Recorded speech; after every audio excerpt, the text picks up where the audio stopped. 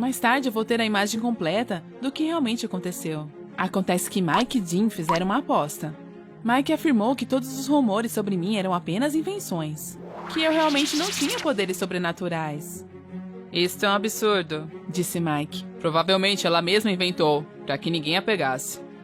Ok, vamos supor que... Dean respondeu. Então vamos fazer isso. Você se aproxima dela e toca em seu braço. Mike ficou um pouco tenso. Embora ele fosse cético, ele não queria testar os rumores em si mesmo.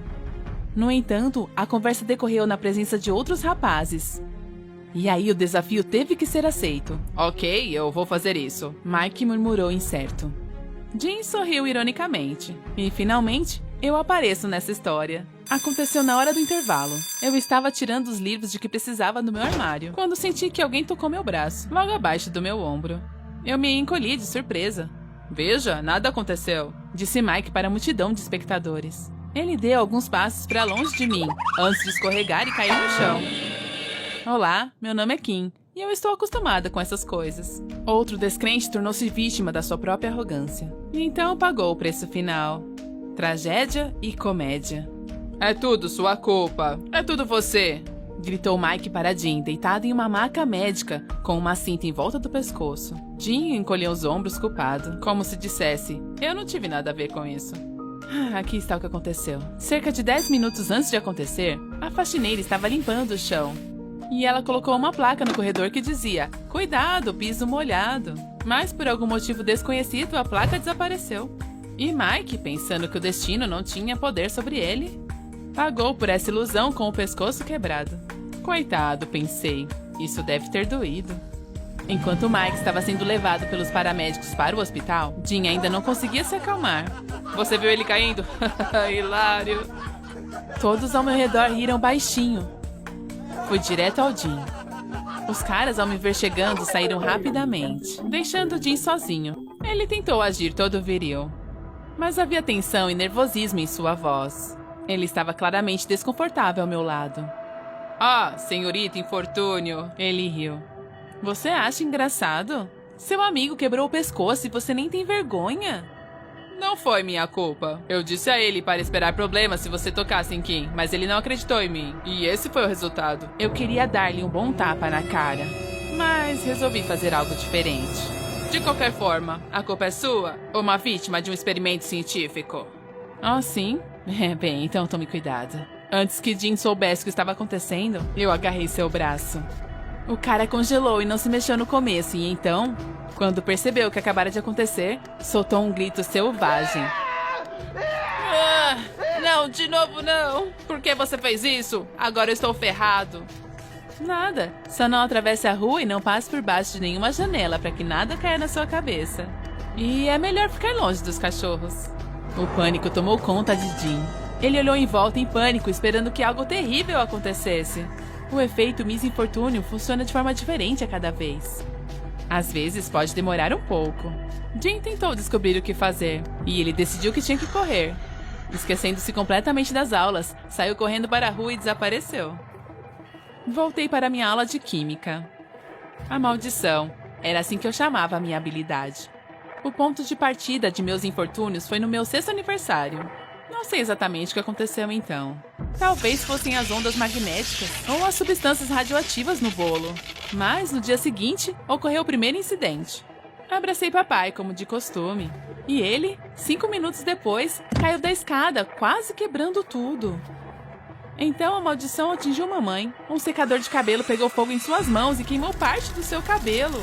Felizmente, as chamas não danificaram sua pele.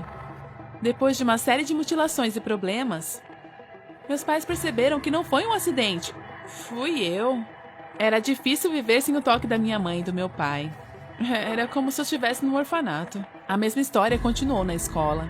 E eu era mais cuidadosa agora, consciente do poder dentro de mim. Mas era impossível evitar ser tocada para sempre. Então, depois de alguns incidentes desagradáveis, fui apelidada de Senhorita Infortúnio. Agora todos sabiam ficar longe de mim. Aceitei meu destino e o fato de que morreria sozinha. Como em um romance de Charles Dickens, cercada por aranhas e gatos. Uma coisa boa sobre tudo isso é que nenhum valentão jamais ousou me machucar. Mas, por outro lado, nunca tive namorado, porque todos sabiam como isso poderia acabar. Eu não acreditava em milagres. Até Liam aparecer. Seus pais se mudaram para nossa cidade e ele começou a estudar na mesma escola que eu. Não sei como descrevê-lo. Acho que acabei de me apaixonar. No primeiro dia, assim que ele entrou na aula, Liam estava procurando por um lugar vazio. E o professor disse que podia sentar ao meu lado. Eu explodi e fiquei vermelha como um tomate. Meus colegas começaram a sussurrar. Oh, pobre criança, se sentou com a senhorita Infortúnio. Não o veremos mais. Não me incomodou muito. Eu tentei não olhar para Liam na hora e fingi que não me importava. Poderia ser o Johnny Depp sentado ao meu lado. Eu não me importaria menos. Liam se sentou e virou para mim. E estendeu a mão. Eu sou o Liam. Qual é o seu nome? Não balancei. Apenas olhei para o cara de lado. Eu sou o Kim. Legal, disse ele. E voltou-se para o quadro. Eu raramente via Liam. Principalmente nas aulas de biologia e matemática. Às vezes no refeitório. Todas as vezes eu corava e mal conseguia dizer um oi. Liam sorria amplamente e me perguntava como eu estava. Achei que ele descobriria o que havia de errado comigo. Rumores sobre mim estavam se espalhando por toda a escola. Então, por exemplo, todos pensaram imediatamente que eu estava me vingando de Jim. Lembra quando eu o toquei por vingança por ele ter decidido tirar sarro de Mike? Jim correu da escola para casa e se trancou em seu quarto. Seus pais tentaram entrar, mas ele não abria a porta. Apenas gritou que era o fim dele. Os pais de Jim enlouqueceram e finalmente arrombaram a porta. O garoto estava sentado no canto com o queixo nos joelhos, balançando para frente e para trás, murmurando algo baixinho. Diagnóstico: colapso nervoso. Sim, às vezes minha habilidade não funciona literalmente. Mas Liam pensou que toda essa conversa sobre mim era apenas fofoca da escola. Quero dizer, as pessoas dizem coisas estranhas sobre os outros. Fiquei feliz por ele não acreditar no que eles estavam dizendo. Mas, por outro lado, temia que pudesse terminar em tragédia. A situação tornou-se mais complicada quando Liam me convidou para sair um dia. Eu queria dizer não, mas eu simplesmente não conseguia. Ele foi o primeiro cara que demonstrou algum interesse por mim. Eu deveria ter dito a verdade a ele, que ele estava em perigo. Mas eu não disse nada. À noite, fomos ao parque de diversões. Tomei todas as precauções possíveis. Eu usei um moletom com mangas compridas. Até coloquei as luvas da minha mãe nas mãos. Eu parecia ridícula e estranha. Suas mãos estão frias? Liam me perguntou assim que saí de casa. Sim, eu respondi, tentando evitar o assunto. Minha tia é assim, ela usa luvas o tempo todo. Eu sorri estupidamente e nós caminhamos para o parque. Surpreendentemente, nos divertimos muito. Andando na roda gigante, Liam ganhou um ursinho de pelúcia em uma competição de arremesso e me deu. Lutei para carregar o enorme brinquedo com as duas mãos. Ele continuou escorregando de minhas mãos. Sem as luvas, que eram visivelmente grandes demais para mim, teria sido muito mais confortável. Eu tive que arriscar. Liam viu que eu estava prestes a largar o urso. Ele decidiu pegá-lo e carregá-lo ele mesmo. E foi quando ele tocou na minha mão. Larguei o urso e disse: Sinto muito, eu estraguei tudo. Lágrimas vieram aos meus olhos. Qual é o problema? Liam não sabia. Eu não queria ver ninguém se machucar por minha causa. Então, sem dizer mais nada, eu fugi. Liam queria me alcançar, mas eu já havia desaparecido na multidão. No dia seguinte, eu descobri que ele foi levado por uma ambulância naquela noite. Acontece que ele teve uma intoxicação alimentar grave. Foi a terceira vítima da minha maldição neste mês. Como Jim, eu me tranquei em meu quarto e não saí por muito tempo. Talvez eu nunca devesse estar perto de pessoas, eu pensei, tentando de alguma forma me entender. Mas, para os meus pais, só havia uma desculpa para não ir à escola: a morte. Então, embora me sentisse péssima, tive que ir para a aula.